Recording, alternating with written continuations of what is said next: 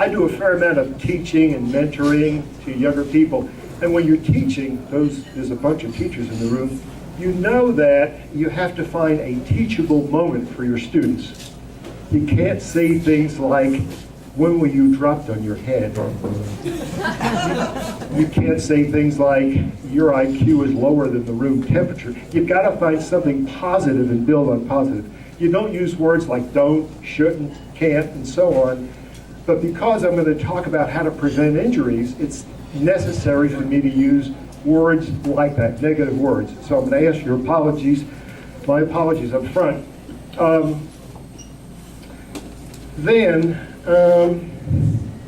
anybody, when I'm going to talk about preventing injuries and how to keep from getting hurt, I'm not going to mention anybody's name. Because for all the things we're going to talk about, I could probably point out there and point out a lot of people who've done some of the things I'm going to say you shouldn't do. So, no names. Now, if we could get our scribe up here. Probably one more disclaimer. The people behind you, they won't be able to see. Oh, sorry. Maybe they want to sit.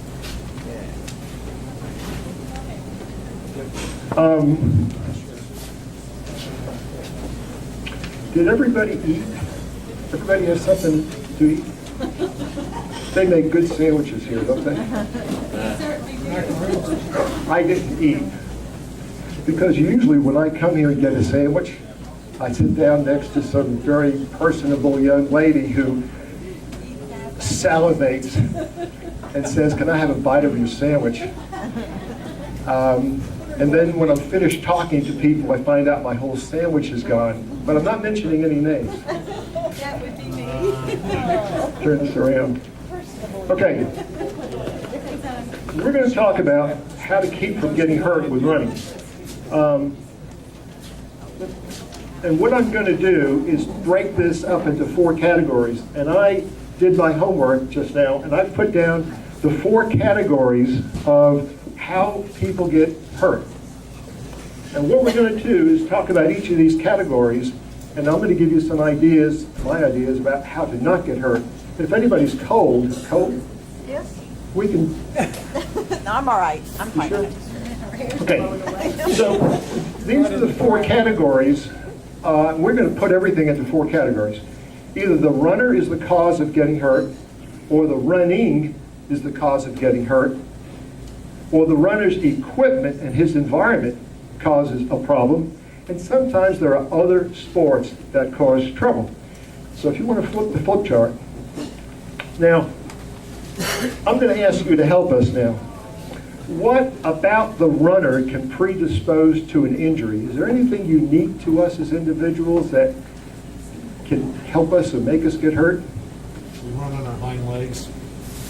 We run on our hind legs. I'm going to pass on that one. What's all right? Although, you get a piece of candy for your effort, though. Right. Pardon? Women and men are built different. Gender.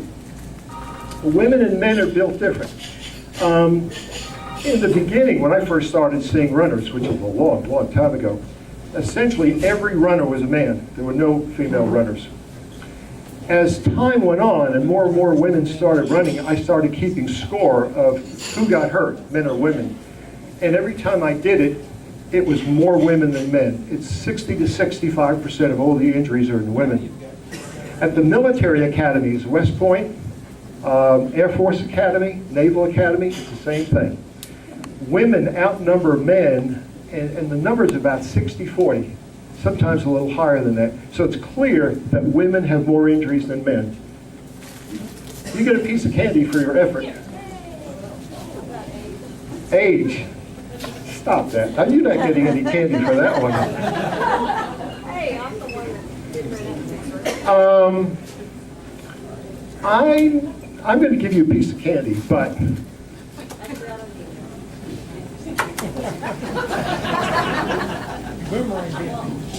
well, I'm not going to eat it. Maurice, you need one.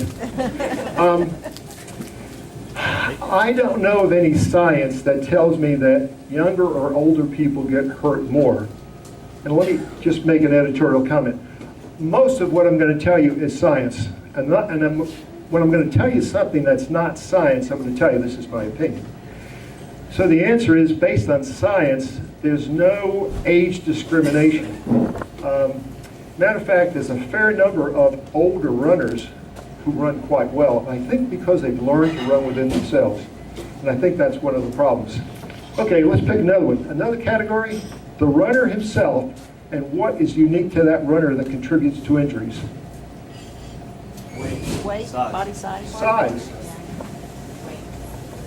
It's true that larger people have more injuries than slimmer people. There's no doubt about that. And it's knees and hips mostly. Okay, another one. You do deserve a piece of candy. Another one. Another difference that predisposes to injuries. Everybody's wearing some right now. Everybody stands on them. Feet. Let's do feet. Let's save shoes for a minute. Feet up, feet. How many kinds of feet do we have to choose from? You can have high arches, low arches, high arches or low arches. You're either one way or the other. Anybody in here have a really high arch? Really high arch that when you stand up, your foot doesn't flatten out. I'd sure like to see your feet. Because the real high arch person, there's about 15% of the population has really high rigid arches. But I mean a high arch that when you step on it on the floor, your arch stays rock solid hard. That's about 15% of the population. And actually, people with that arch make up 1% of the injured runners. What I'm saying is that if you have a high rigid arch, you're probably not going to run. That is a very difficult foot to deal with.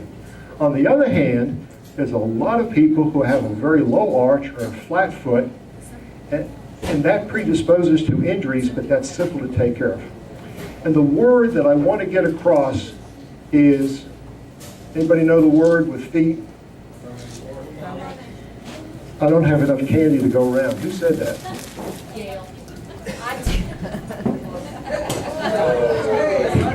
That was Jackie. The word is pronation. Anybody want to tell us what that is? What's causing you a lot of problems. This is your foot. Fingers or toes. The heel is your heel, and this is what happens. Your foot is like so. When you hit the ground, you hit on the outside of your heel. Everybody does.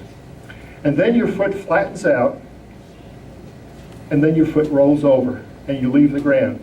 So you're rolling as you hit the ground. It's called pronation. And it's a very important process for the foot, because when you hit and roll, the rolling absorbs the shock of hitting the ground. So that's pronation. Now my question next is, who here pronates? Raise your hand if you pronate.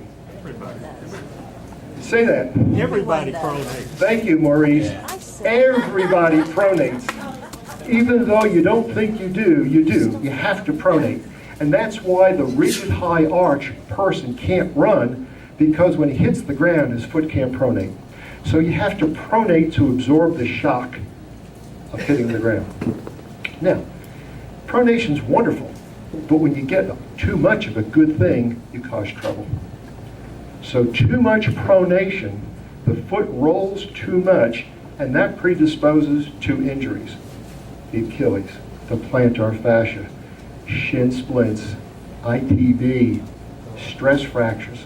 All those things are related to pronation. So feet and pronation, good ones. One other category of something that predisposes to injuries, and this is probably not one that is familiar to most of you, is it? Excuse me, has anybody had a strained muscle, strained hamstring, strained calf? Has anybody had a strained hamstring twice? Anybody had one 3 times? Anybody have more than one stress fracture?